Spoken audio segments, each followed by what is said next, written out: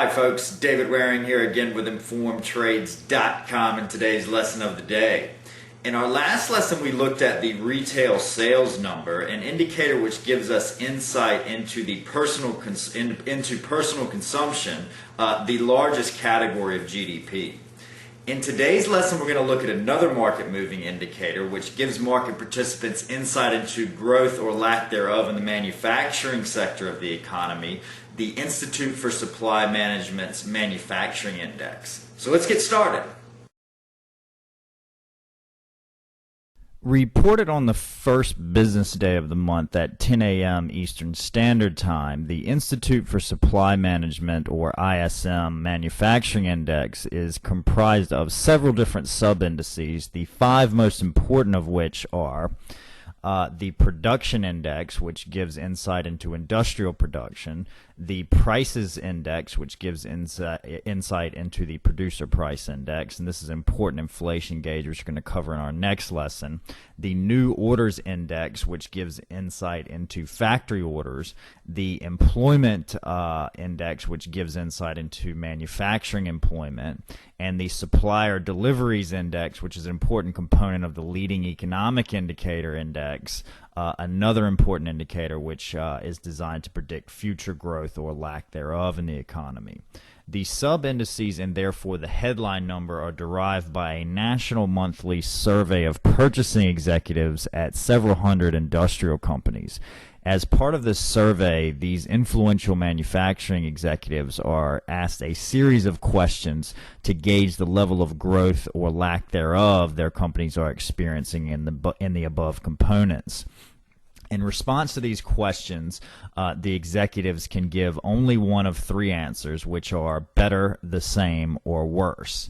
As stated on the ISM's website, once these questions are received, the ISM indexes are calculated by taking the percentage of respondents that report that activity has increased, or in other words, respond with better, and adding it to 1/2 the percentage of that report that activity has not changed. In other words, that respond with the same. Okay, using half of the same percentage effectively measures the bias towards a positive above 50% or negative index. As an example of calculating the index, if the response is 20% better, 70% same, and 10% worse, the index would be 55, okay, and that's how it will be calculated there. All right, the math isn't so important here, but the two things that it is important to understand about this index are that readings above 50 indicate an expansion over the previous month in the component indexes or the overall manufacturing index if you're looking at the main number there, and a reading below 50 indicates a contraction. Okay, generally releases which beat estimates to the upside will rally the markets, and releases which beat which come in below estimates will result in market sell-offs. This is especially true, and moves can be especially large around turning points in the economy where uncertainty reigns, and a leading indicator such as this carries a lot more weight.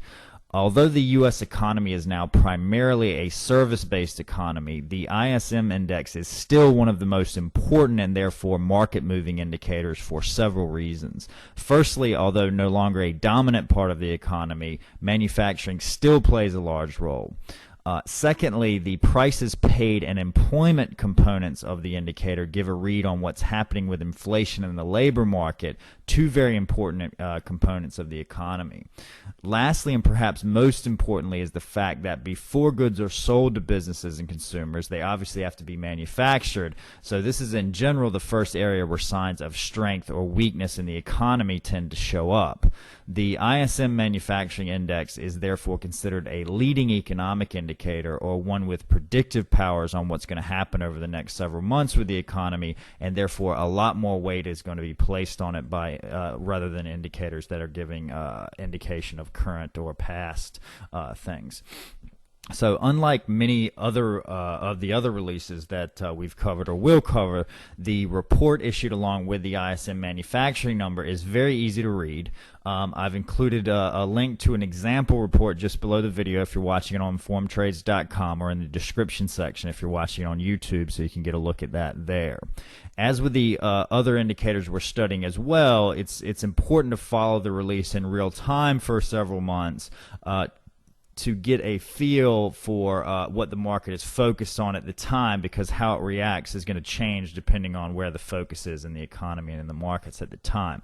And then you can begin to anticipate market reactions under different scenarios and incorporate that into your trading. With this in mind, and as with all the indicators that I cover, I'm going to be posting a discussion starter in the comment section of this lesson on the date of the next release, a link to which you can find in the description section if you're watching this on YouTube. If you'd like an email when that discussion starts, you can subscribe to the thread by going to Article Tools once logged into the forum and selecting Subscribe to Thread, and you'll automatically be sent an email by the forum when that discussion starts. Okay, that's our lesson for today. In our next lesson, we're going to turn our attention to some of the indicators which focus more on inflation than economic growth, starting with a discussion on the Producer Price Index. So we hope to see you in that lesson. As always, if you have any questions or comments, please leave them in the comment section below, and have a great day.